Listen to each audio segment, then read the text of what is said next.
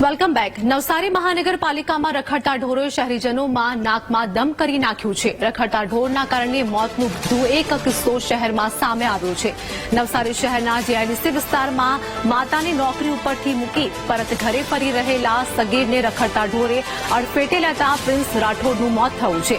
રખડતા ઢોરને માલિકને શોધવા માટે ભૂતકાળમાં નગરપાલિકાએ આજથી 4 વર્ષ પહેલા ઢોર ઉપર ટેગ લગાવવાની કામગીરી હાથ ધરી હતી, પરંતુ શહેરમાં એવા ટેગ લગાડેલા ઢોરો પણ રસ્તે રઝળતા જોવા મળી રહ્યા છે. ત્યારે સવાલ એ ઉભો થાય છે કે નોંધાયેલા પશુઓના માલિક ઉપર કેમ કોઈ કાર્યવાહી કરવામાં નથી આવતી.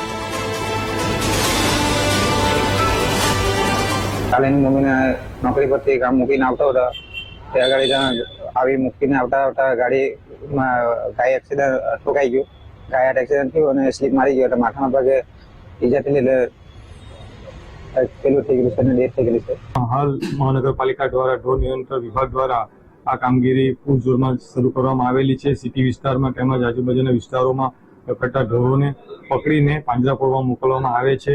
ગઈકાલે રાત્રે જે બનાવ બન્યો છે એની હમણાં જાણ થઈ છે, તો એ બાબતે અમે તપાસ કરીશું અને ત્યાં પણ જે કંઈ ઘટતું કરવાનું હશે અમારી ટીમને મોકલાવીને કરાવીશું અને ભવિષ્યમાં આવું અકસ્માત ન બને એની માટે અમે પૂરેપૂરી તકેદારી લઈશું.